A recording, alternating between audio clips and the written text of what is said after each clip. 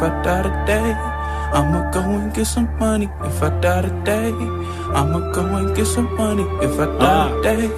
If I die today. Cold flows for a cold mind, see a new world, but I'm so blind. Kick rocks when your time's up, better start digging like a coal mine. Cold heart, seen cold times, it's a bold move, but the sunshine raise up when you... Good morning, VeChain family. It's your boy Boomin coming at you with yet another video, guys. Go ahead and hit that subscribe button, that like button, and that notification bell so you never miss a Boomin update. Got these updates daily. You don't want to miss them. Down below, we got links to the Patreon, links to the merch store. Go ahead and pick yourself up a shirt or join the Patreon army. I got my hot tea and honey locked and loaded, ready to go. Let's get this show started. And we got VET Malik here. Go ahead and give them a follow on Twitter. They also have a YouTube channel as well. They post cool tutorials and knowledge-based stuff. Here's their channel here. Go ahead and add them up. But VT Malik here posted, Walmart in China keeps growing. Last December, Walmart crushed their previous clauses record for the month and the month before that one. So they topped it off with 1.8 million clauses in a single day. Are you bullish on VeChain? So take a look here. Clauses have been going through the roof here past couple months. Definitely good to see. We are seeing a slight increase in VeChain in clauses. Someone had asked me if VeChain burn was bigger after Proof Authority 2.0. Let's go ahead and pull up VeChain stats and let's take a look. Coming over here to VeChain stats. So we can look at the mainnet activity here. It doesn't look like it, guys. Same amount of VeChain here just for this month. But if we take a look, so we know that Proof Authority 2.0 came out in November. So let's see. Just want to make sure I'm looking at the right thing here. Take a look at the mainnet activity since November. There was a big spike here in December 2022, about 3 million clauses, but then it looks like it came back down. So there was a bit of a spike after Proof Authority 2.0. Let's see how the trend continues to go. We have seen some movement in 2022 when it comes to VeChain burn. From here to here was a pretty flat month, but then we did see a big rise in clauses in August, and that continued to hold strong till now. So someone had asked me, has VeChain burn increased since Proof Authority 2.0 has occurred? And I don't want to say definitively that it has, but we do have a little bit more clauses, and I want to say a little bit more, but not what we had expected it to be just quite yet. Now, does that mean that things won't be able to change? I think it will. We're still in deep into the bear market, guys. So, let's just give it more time. I say, when the market stabilizes, we could start to see more of a better sample size into clauses and VeChain burn and all that. And then in the bull run, we'll see the maximum capacity of what VeChain has to offer. All right, guys. So in conclusion, a little bit more VeChain burn since Proof Authority 2.0, but not by much. Okay, so hopefully that answers your question here. And it's just going by the movements here. Proof Authority 2.0 came here. We had one big clause, and now we're moving back down towards the million or so clauses that we have since the big clause boom in week 33, which would be end of August. Going to move on, guys. Walmart is using the blockchain technology in China. Customers can scan products to view their origin and other information on the VeChain powered blockchain platform. This is an article here by on LinkedIn.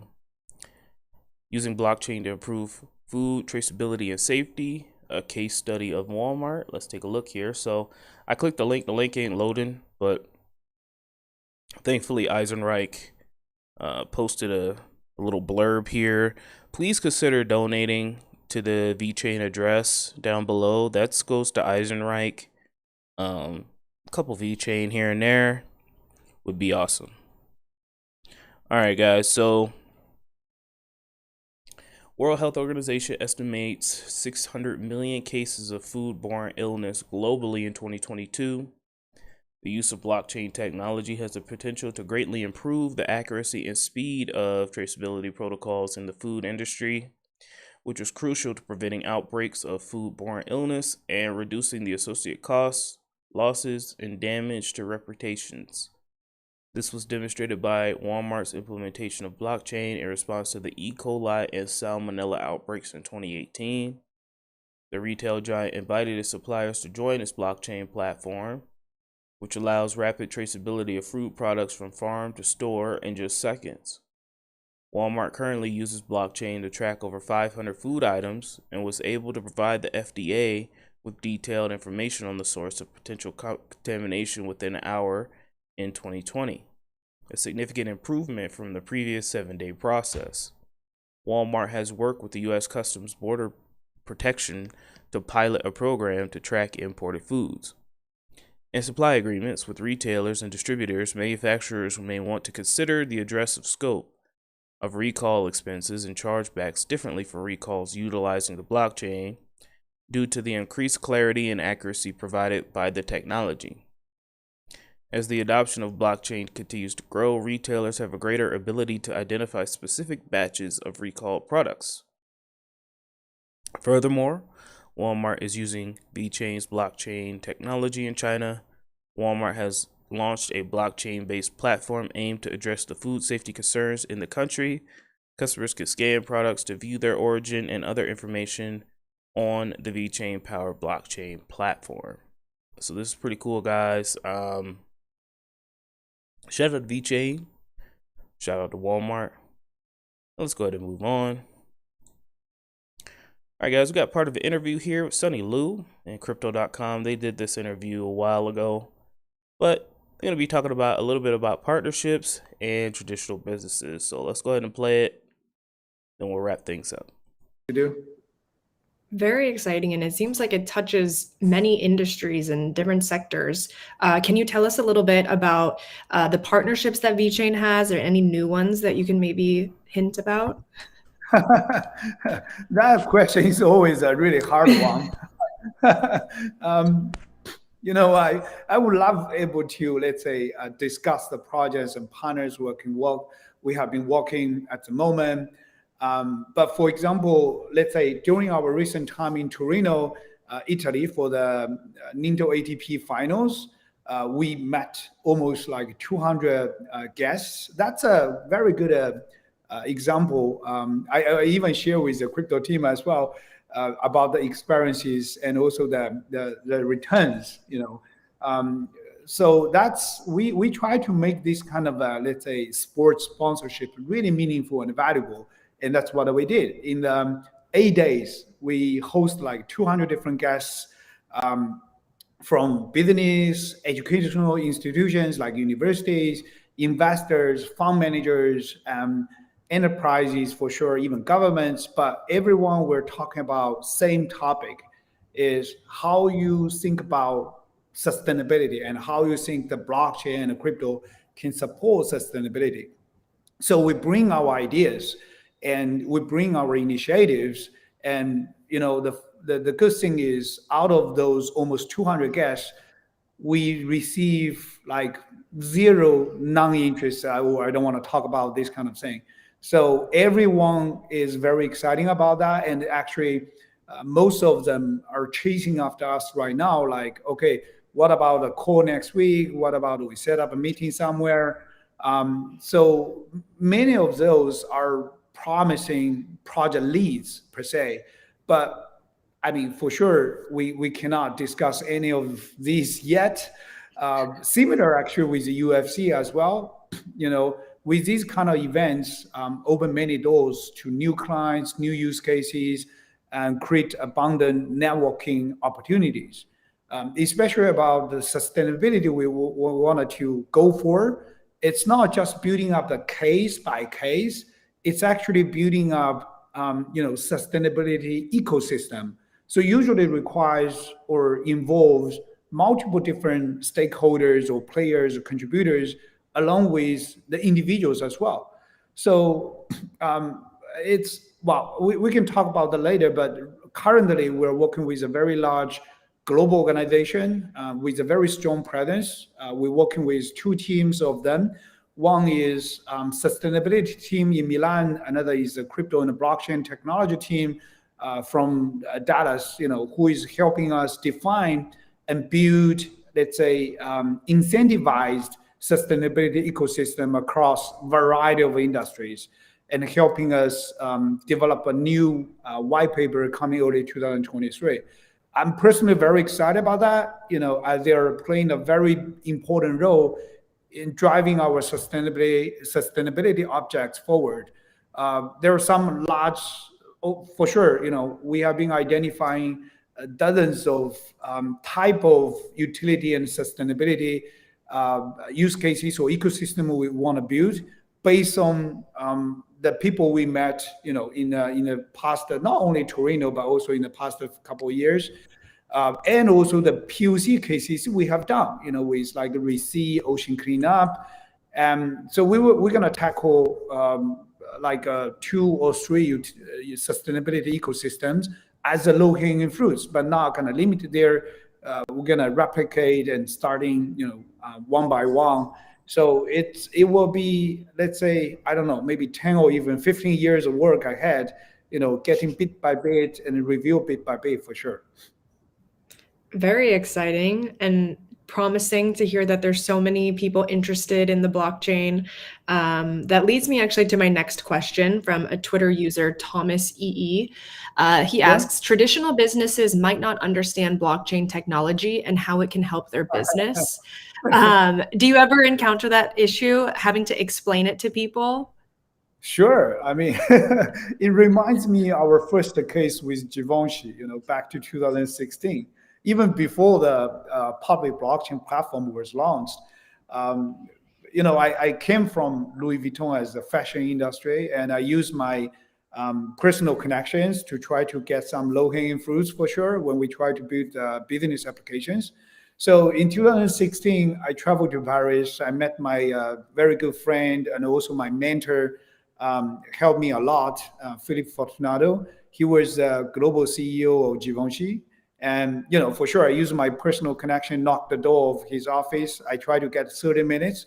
And I spent the first 20 minutes to explain to him, like, what blockchain is, what blockchain can do, how exciting about that, everything. It was in 2016, remember that.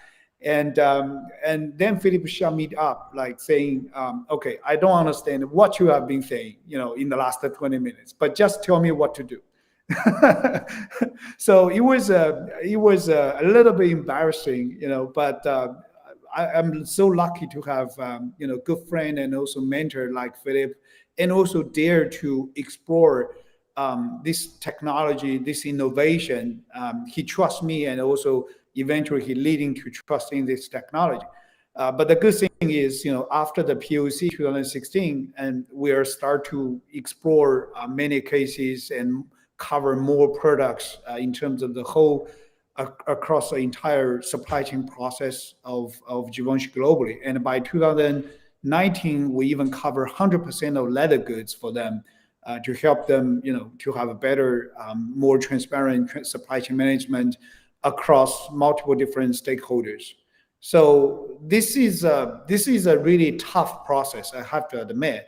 But I would say right now it's getting bigger, but better and better, because after years of crypto market and blockchain technology has been developing in the entire market, entire global space per se, more and more people start to understand the blockchain technology. They have been drawing attention to this market, and we don't need to spend, more, let's say, dedicate time to discuss about what is a consensus, what is the difference of POW, POS, and POA, or even talking about some blocking time. Not anymore. We just go directly into the business cases. But the biggest challenge, I would say, is about how to adopt the technology into the business per se. But that's our strength. Like I mentioned, before I start VeChain, I was a CIO. So that was basically building up the bridge between technology and the business solutions.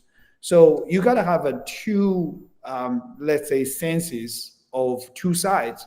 You got to understand the blockchain technology, and you got to bear in mind all of the unique features or fundamental core, disruptive features of the blockchain.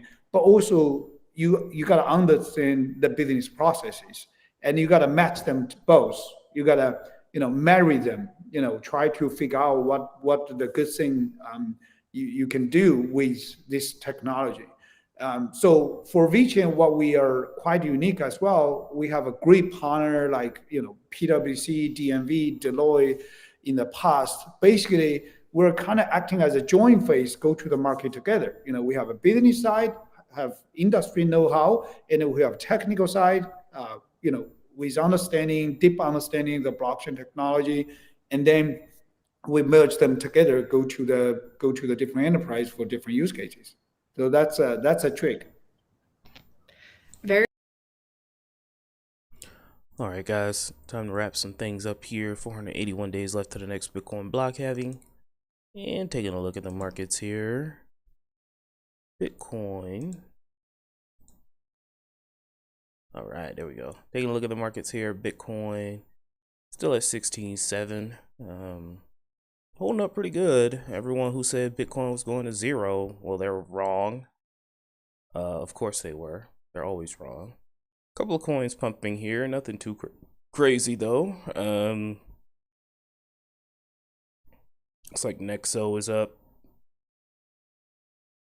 And Bonk Token, for some reason, people are gonna be like, "Is Bonk Token worth buying?" No, it's not worth buying. Do not buy Bonk Token, bro. Like this.